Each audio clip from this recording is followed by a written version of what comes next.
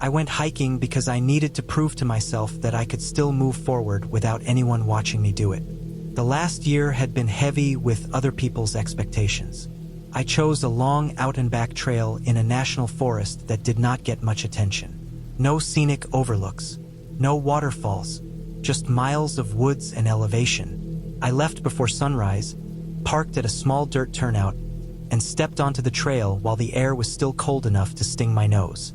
The first part felt safe. The path was wide and clear, packed dirt with old leaves pressed into it. The forest was waking up. Birds moved in short bursts, squirrels scattered. I walked steady and quiet, letting my breath settle into a rhythm. I liked that no one else was there. The parking area had been empty. That mattered to me. After the first mile, the trail narrowed. The ground sloped and the soil turned loose. Pine needles covered everything and muted sound. The woods felt deeper even though the trees stayed the same. I checked the trail map at a junction where an older spur trail broke off and vanished into brush. My route continued straight. I followed it. The further I went, the more the forest felt worked over by time instead of people. Fallen trees lay where they had dropped. Branches were tangled and left to rot. The trail wound around them instead of cutting through. The air smelled damp and metallic. I noticed how quiet it was becoming. Not silent, but stripped down. Fewer birds. No wind. About 2 hours in, I saw the first sign that stopped me. A strip of bright orange survey tape hung from a branch just off the trail.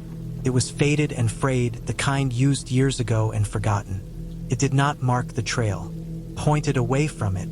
I stood there longer than needed, then kept walking. Not far after that, I noticed boot prints. They were pressed deep into the soft dirt where the trail dipped. Bigger than mine. Fresh enough that the edges were still sharp. They went the same direction I was going. That alone did not worry me, but the spacing did. Whoever made them walked slow, careful. The prints stayed near the edge of the trail instead of the center. I told myself someone was ahead of me, maybe camping, maybe hunting. I kept going, but my awareness sharpened. Every snapped twig made my shoulders tense. Every shape in the trees held my eyes longer than it should have. The trail climbed onto a ridge and flattened. The trees thinned and the ground grew rocky. I found an old log set parallel to the trail like a bench. It was worn smooth on top. That meant people stopped here. Often. There were no views, no reason to linger unless the spot mattered to someone. I did not sit. The boot prints continued past the log and into a stretch where the trail crossed exposed stone. I lost them there.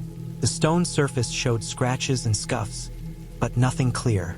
I felt relief at first, then unease. Losing them meant I no longer knew where the person was. The forest shifted again as I descended the far side of the ridge. The ground became darker, moist. Ferns crowded the trail edges. The air felt heavier. I noticed a smell I did not like. Old smoke mixed with something sour. I kept walking, but slower now. I came across a clearing that did not belong.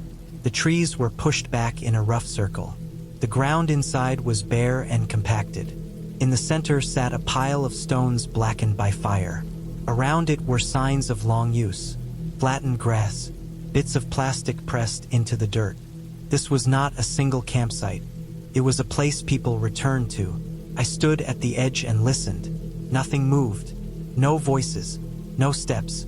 Just my own breathing. I backed away and rejoined the trail without stepping into the clearing. From that point on, the trail stopped feeling neutral. Felt guided. Branches had been trimmed back in places, but not evenly. Some sections were clear while others forced me to duck and twist. The cuts were old but deliberate. Someone had shaped this path beyond what the map showed. The sense of being watched crept in without a clear moment. Settled behind my eyes. I became careful about how often I looked back. I did not want to show fear. That thought came uninvited and stayed. I reached a shallow creek crossing and stopped to drink water. As I crouched, I saw movement in the reflection on the surface. Not behind me exactly, but offset. I froze and waited. The water stilled. Nothing else happened. I stood and crossed the creek without splashing. The trail bent sharply and led into a stand of young trees growing close together. The light dropped. My footsteps sounded wrong here, too loud. I slowed and placed each step carefully. The ground showed more prints now.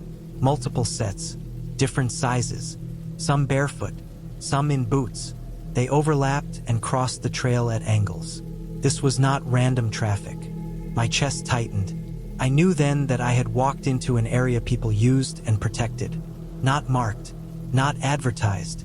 The lack of signs was the point. I considered turning back, but the idea of retracing my steps through places where I might be followed felt worse than continuing to a known turnaround point. I chose forward.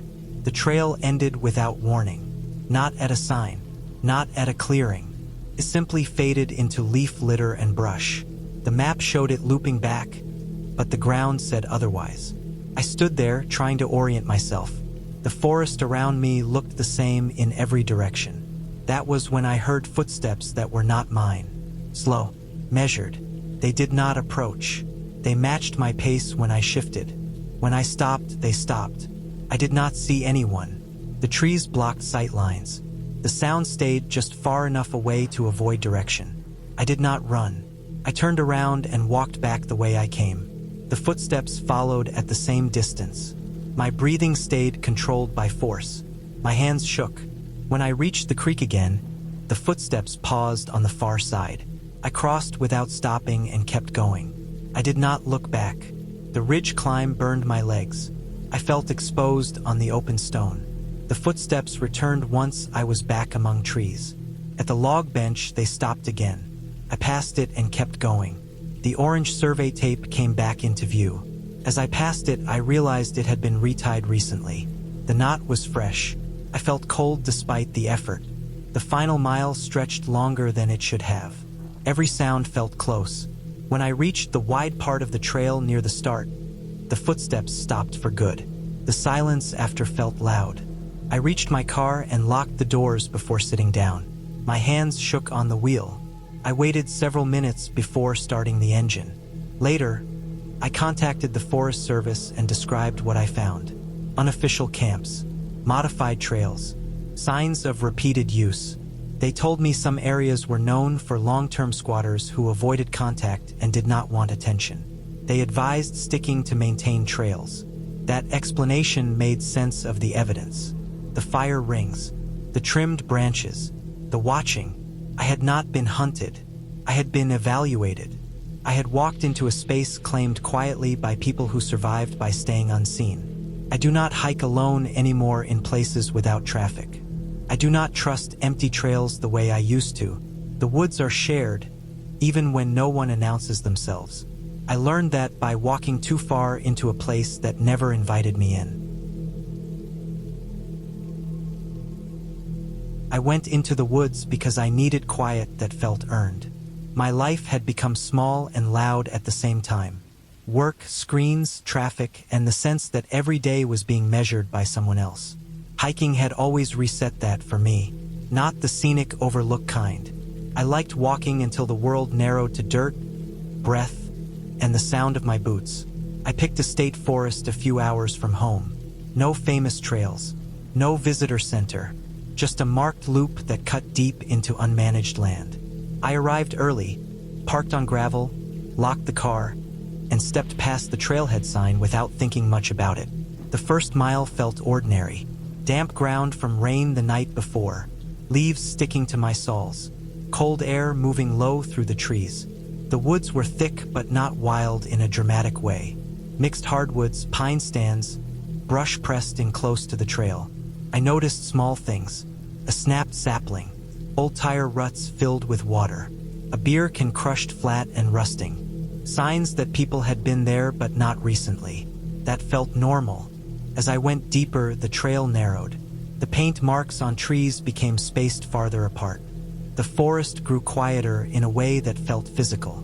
Wind stopped reaching the ground. Birds stayed high. I checked my watch. Not long since I started. I kept moving.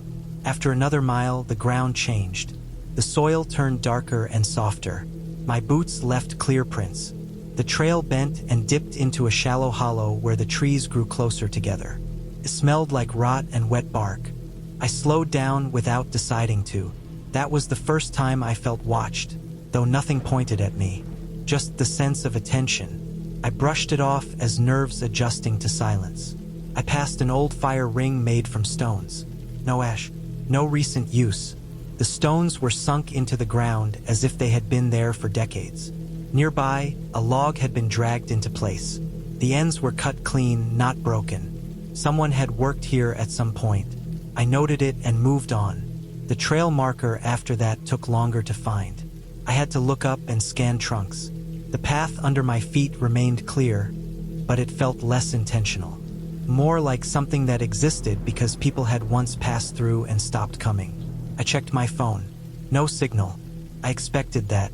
I kept it in my pocket. Another stretch passed with no change. Then I noticed the footprints. At first I thought they were mine. Same boot size, same tread pattern, but they were fresher. The edges were sharp where mine had already softened. They led ahead, centered on the trail, steady and even. I stopped walking and stared at them until my breathing slowed. Someone else was on the trail. That alone was not a problem. The problem was that I had not seen a car when I arrived. The lot had been empty. I told myself someone could have arrived after me, or parked elsewhere, or walked in from another access point. The forest was large. I stepped forward again, placing my boots beside the prints, careful not to overlap them. I kept my pace slow. The woods began to close in. Brush leaned toward the trail. Branches scraped my arms. The light dimmed even though the canopy had not changed much. The sense of being watched returned, stronger now with direction. Ahead and to the right. I did not look straight at it. I focused on the ground. The footprints continued. At one point, they veered off the trail toward a stand of young trees. The undergrowth there was thick. No reason to go that way unless you knew something was there. I followed the trail and did not look into the trees. My shoulders stayed tight. A half-mile later, I found another fire ring. This one was newer, blackened stones, a scrap of foil buried in leaves. The ground around it was packed down by feet. There was no trash beyond that, no tent site, no clear exit path, just signs of repeated presence. I felt my chest tighten. Someone had spent time here. The footprints passed straight through the clearing and back onto the trail. I considered turning around. The thought stayed with me longer than it should have. Pride told me to keep going. The loop would bring me back to the car eventually. Turning around would mean crossing paths with whoever was ahead or behind me. That felt worse. The trail dropped sharply into a narrow ravine. The sides were steep and slick. Water trickled down rocks. The air felt colder. I moved carefully, using trees for balance. At the bottom, the footprints pooled. Multiple sets overlapped. Some deeper, some lighter, all pointing in different directions. I crouched and studied them. There were at least 3 different tread patterns now. None of them mine. I stood up slowly. The ravine curved and blocked my view ahead. The walls rose close enough to block sound. My breathing felt loud. I became aware of a faint smell. Old smoke and something sour. Not decay. Human waste left too long without soil. The trail climbed out of the ravine and leveled off. The forest beyond looked different. Trees were spaced farther apart. The ground was bare in places, stripped of leaves. Paths branched off without markers, cutting through the woods in straight lines that ignored terrain. This was not hiking traffic. This was repeated movement, people going back and forth between known points. I followed the main trail and passed through the area as fast as the terrain allowed. My heart stayed high. My hands shook. I told myself I was overreacting, that people camped rough sometimes, that I was letting imagination fill gaps. I found a structure not long after. It was small and low to the ground, made from pallets and plastic sheeting weighted with rocks. The opening faced away from the trail. Inside, I saw bedding piled thick, blankets, a sleeping bag, food containers stacked neatly. Everything was dry, maintained. Someone lived here. I backed away without turning my back to it. My mind ran through options. Leave fast. Make noise. Stay silent. None of them felt right. I chose speed. The trail curved again and the forest closed in behind me. I glanced back once and saw movement where the trail bent. Not a shape, just motion, leaves shifting against gravity. I did not stop to identify it. I walked hard for what felt like an hour. The loop should have turned by then. It did not. The markers were gone. The trail thinned until it was barely visible. The ground rose. I crested a ridge and saw a clearing below. Smoke rose thin and steady from somewhere near its center. I stopped. My chest hurt. The smoke did not drift. It rose straight up, pale against the trees. I stayed still until my pulse slowed. I understood then that I was in a place people did not want attention. The trails were theirs. The forest was their cover. I turned around and went back the way I came, stepping off the path where I could, brushing out prints when possible. I kept my eyes moving. I listened. Several times I heard something pace me, always just out of sight. Footfalls matching mine, stopping when I stopped. The ravine was worse going back. I slid twice and skinned my hands. Blood smeared on rock. I did not stop to clean it. At the bottom, the overlapping footprints were fresher now. More weight, more depth. I climbed out and did not look back again. When the forest began to thin, I smelled exhaust before I saw the road. I broke into a run and did not stop until my car was in front of me. The lot was still empty.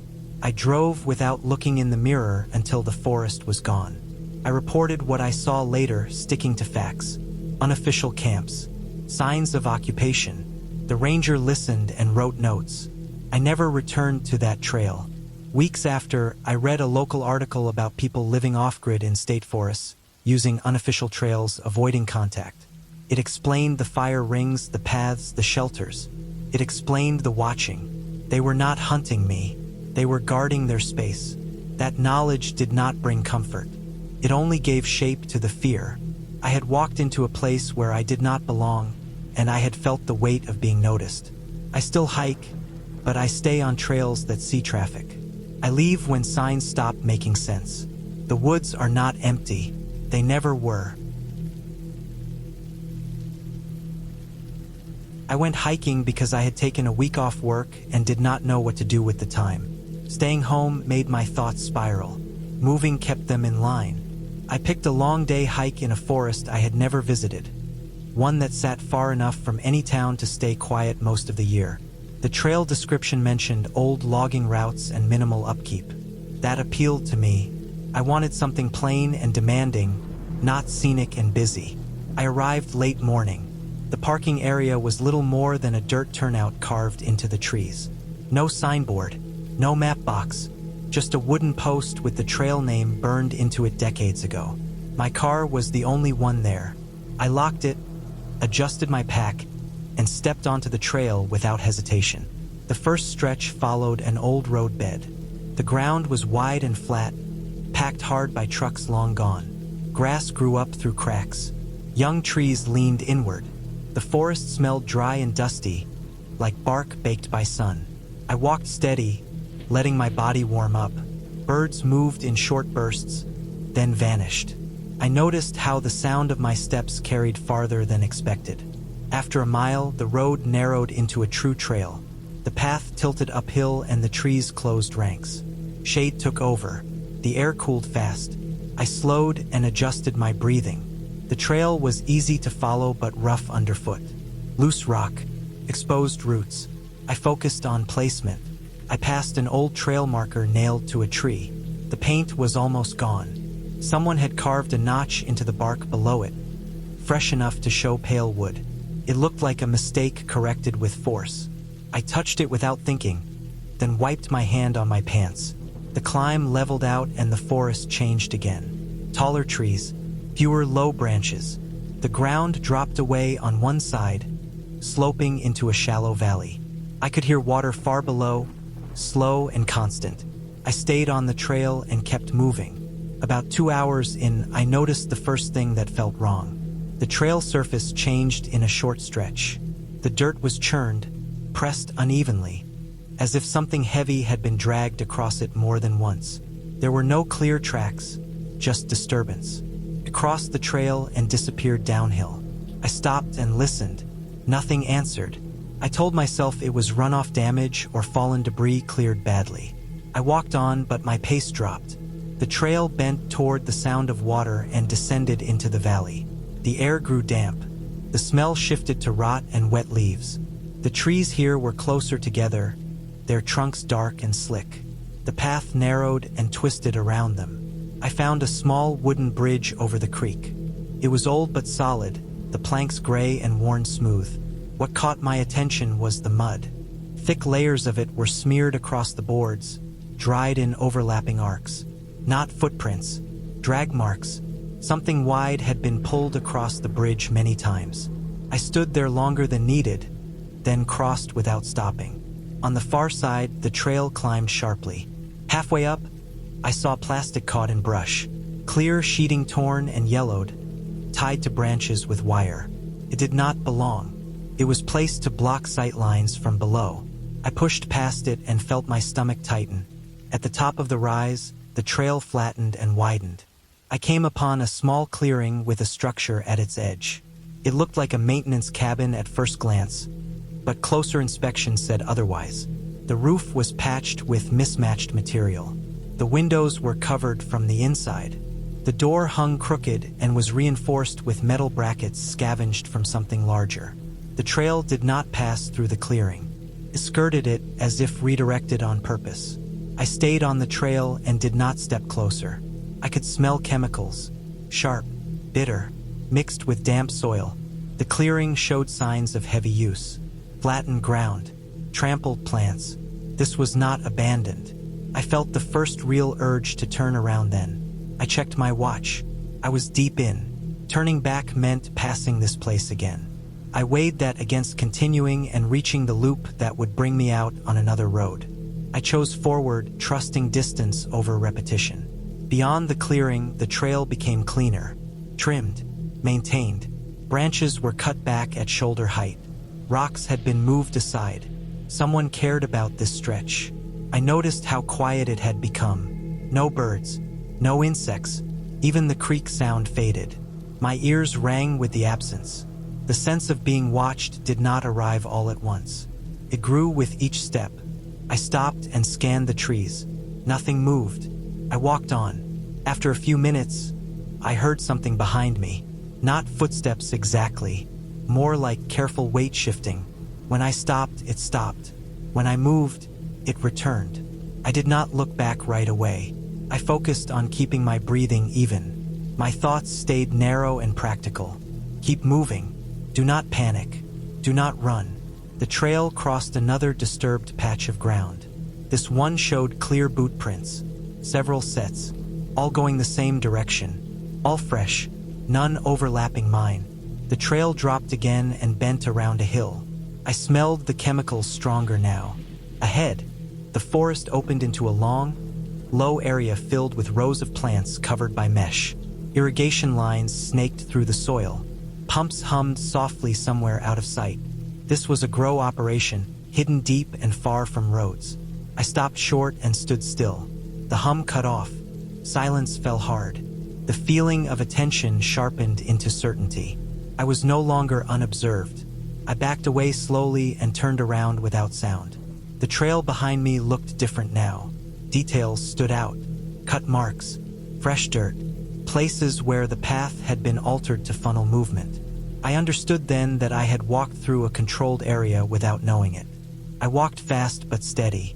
The careful sounds returned behind me, closer now, not rushing, matching my pace, staying hidden. The maintenance cabin appeared again sooner than expected. As I passed it, I noticed tire tracks leading behind it, pressed deep into the soil. Vehicles came here, often. The bridge came next. I crossed it and did not stop. On the far side, the sounds paused again. I climbed the rise without looking back. The plastic sheeting rustled as I passed. I did not touch it this time. My hands stayed clenched. When I reached the old road bed, the forest felt open again. The sounds behind me faded and did not return. I walked the final mile in a tight focus, scanning constantly. At my car, I unlocked the door and got inside before stopping. My hands shook on the wheel. I waited, watching the tree line. Nothing emerged. I drove straight to the nearest ranger station and reported what I had seen. I described the structures, the chemicals, the plants. They took it seriously. Later, I learned the area had been under investigation for illegal grows run by people who guarded their sites aggressively but avoided confrontation if possible. That knowledge explained the watching, the redirected trails, the care taken to control movement. I had not been followed for sport. I had been monitored to see if I was a threat. I do not hike unmaintained trails anymore without checking current reports. I do not assume isolation means safety. Some places are quiet because people want them that way. I learned that by walking into a working operation hidden in plain sight, and by being allowed to leave once I proved I would not interfere. I went hiking because I needed quiet that did not come from shutting a door. I picked a long out-and-back trail in a national forest that used to be logging land decades ago. It was marked as moderate, nothing technical, nothing remote enough to scare me on paper. The kind of trail people stop respecting because it feels safe. I arrived late morning, parked at a small gravel pull-off, and shouldered my pack without thinking much about it. The weather was cool and gray. The sky looked sealed shut. No sun, no clear edges to the clouds. The trailhead sign was faded and tilted. Someone had scratched initials into the wood years ago. I took a photo of the map with my phone, then put it in airplane mode. I did not expect trouble. I expected sore legs and a tired mind. The first few miles were wide and gentle. The ground was packed dirt mixed with old tire ruts from maintenance trucks. Ferns lined the sides. Trees grew tall and straight, spaced in a way that felt planned, not wild. I noticed how quiet it was. No birds, no insects, just my steps and my breathing. That kind of quiet can feel calm at first. It did for me. As I climbed, the trail narrowed. The old road faded into single track. Moss-covered rocks. The air smelled damp, like leaves that never fully dried. I passed a few side paths that were not on the map. They were faint but used. Leaves pressed down. Branches cut back. Not fresh work, but not old either. I stayed on the main trail. About halfway in, I reached a stretch where the forest changed. Trees grew closer together. Light dropped. The trail bent sharply and began to snake instead of running straight. My pace slowed without me meaning it to. The ground felt softer. Each step sank just enough to notice. I saw the first thing that made me uneasy then. A strip of bright fabric tied high on a branch, too high for a normal trail marker. It was not official. No color I recognized. It fluttered slightly, even though the air felt still. I looked around for more and found none. Just that single piece. I kept moving. The trail crossed a dry creek bed and climbed again. I checked the map photo. Everything matched so far. I was still on course. I drank water and kept going. The feeling started as pressure, not fear. Pressure in my chest, like I was walking into a space that was already full. The forest felt tight. Sounds stopped carrying. Even my footsteps sounded dull, like the ground was swallowing them. I began to notice footprints that were not mine.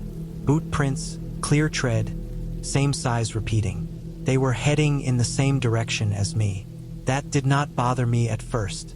Someone else could be hiking, but the prints never crossed back. They did not wander.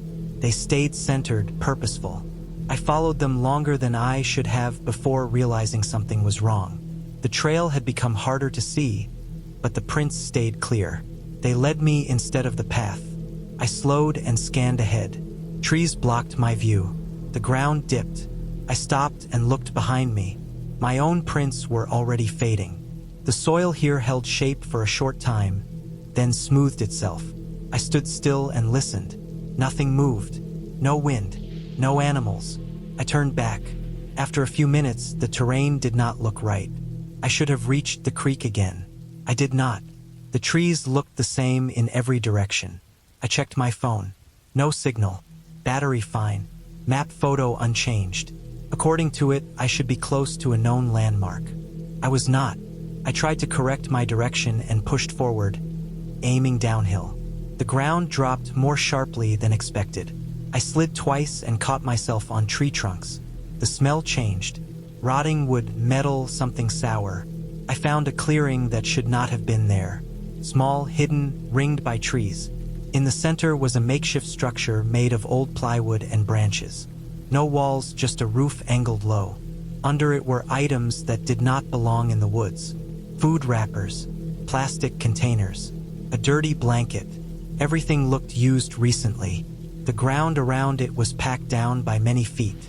Trails led out from it in several directions. Not hiking trails. Footpaths made by repetition. I backed away slowly. I did not want to leave obvious tracks. My heart was beating hard now, loud in my ears. I chose a path that led downhill and moved carefully. That was when I became sure I was not alone. I heard steps behind me, not heavy, not rushed, measured. They stopped when I stopped. They moved when I moved, always just out of sight. I never heard breathing. I never heard voices, just the sound of feet on leaves placed with care. I did not run. I focused on staying quiet. I adjusted my pace, trying to blend my steps with theirs. It did not work. The distance stayed the same. The forest grew darker. Clouds thickened. It felt like evening, though it was still early afternoon. I turned on my headlamp. The beam carved a narrow tunnel through the trees. Everything outside it felt closer, like it was leaning in. I followed the slope until I reached water. A narrow stream, moving slow. I followed it downstream. Water means exits. Roads follow water. That thought kept me steady. The steps followed along the bank, sometimes crossing behind me, sometimes ahead, then gone. My fear sharpened into focus. I paid attention to every detail. Fallen branches, soft ground, places where someone could stand unseen. Time stretched. My legs burned. My throat dried. The stream widened and flattened. Trash appeared again. Then a rusted culvert. Then a dirt road. I stepped onto it and felt the shift immediately. The forest opened. Sound returned. The steps stopped. I followed the road until it met pavement. A small maintenance road, cracked and broken, but real. I reached my car after dark. The lot was still empty. I sat there for a long time, breathing, listening to normal sounds return. Wind, distant traffic. My hands shook as I unlocked the door. Later, at home, I studied the map again. I searched online. I found a short notice buried in a local site about unauthorized use of forest land, makeshift camps, and people warned to stay on marked trails. No details, no follow-up. The explanation is clear.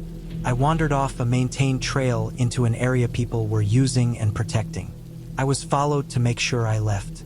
I survived because I stayed calm, followed water, and did not confront what I did not understand. I no longer trust trails just because they are marked. Some places look empty because someone wants them that way. I went hiking because I trusted maps more than people. Paper did not lie. Trails stayed where they were drawn.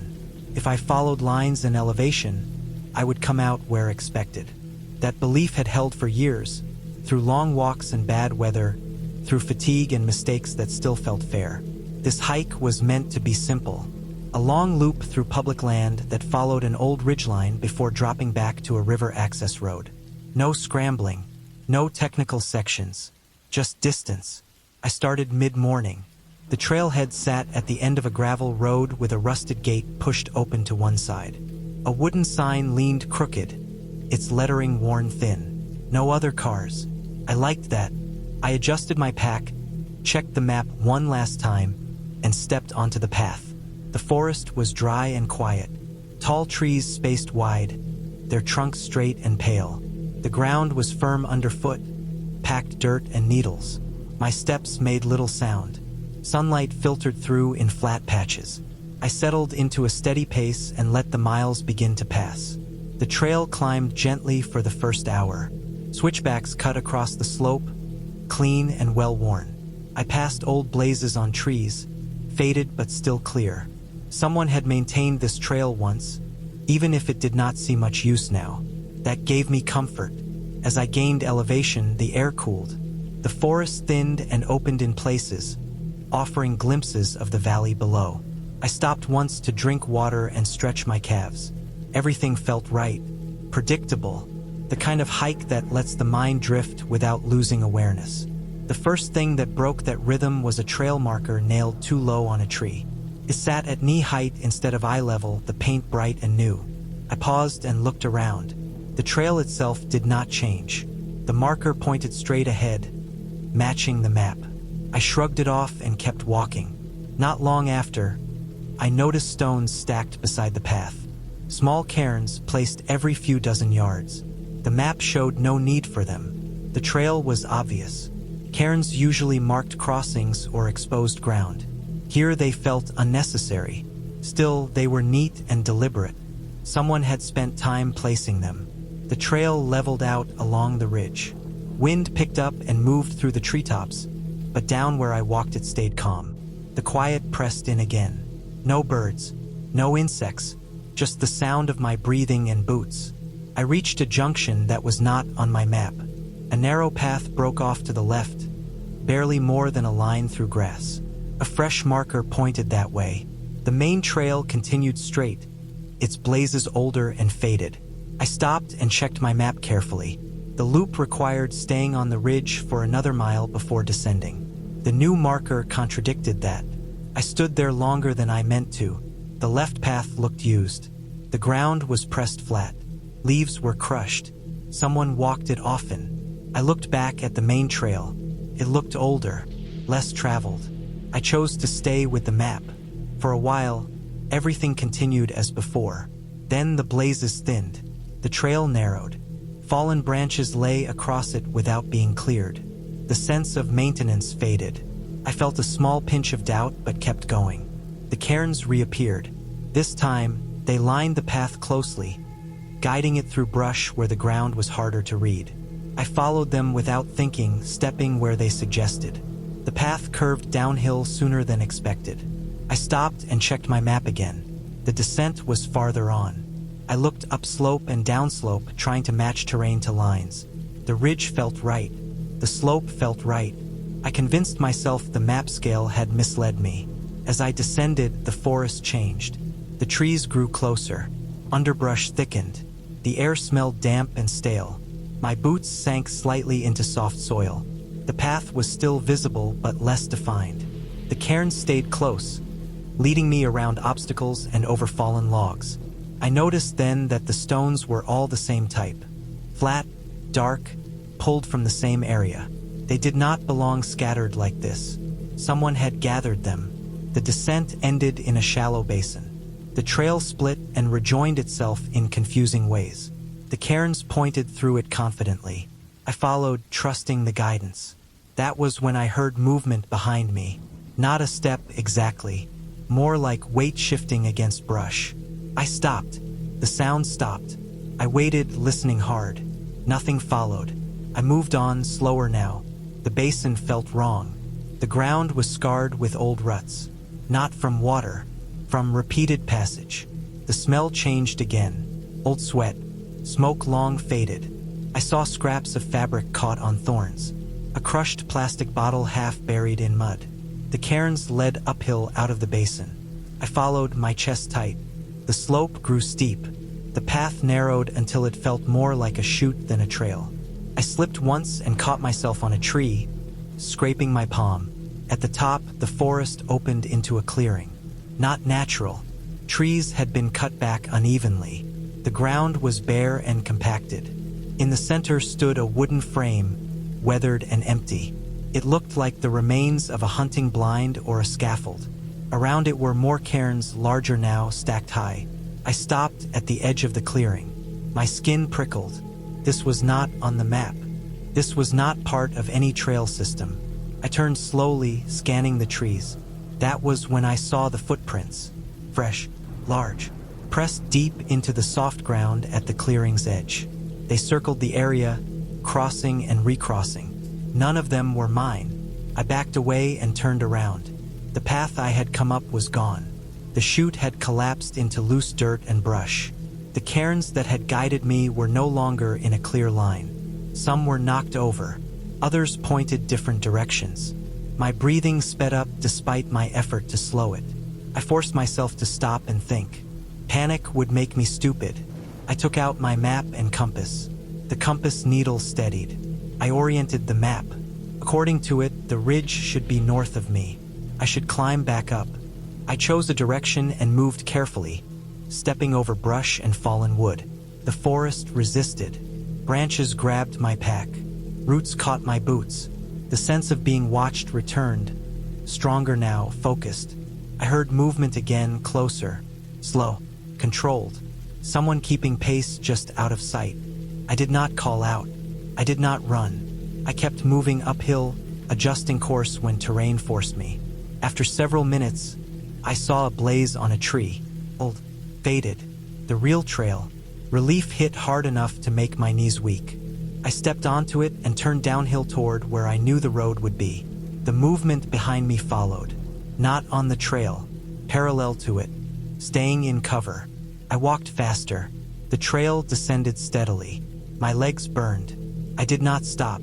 When I reached the junction where the false path had split off, I saw the new marker again. It had been turned to point away from the real trail. Someone had adjusted it. I kept going and did not look back. The final miles stretched long. The forest felt empty again, but I did not trust it. When I reached the gravel road, I felt exposed in the open and hurried to my car. I drove straight out and did not stop until I reached pavement. Later, I reported what I found to the land management office. They were already aware of problems in that area.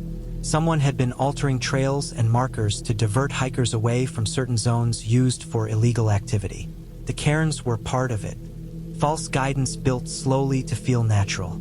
They closed the loop for investigation not long after. I still hike, but I trust the ground more than signs now. I trust where patterns and direction and my own judgment. Someone had tried to lead me somewhere I was not meant to see, and only the map I nearly ignored kept me from following them all the way.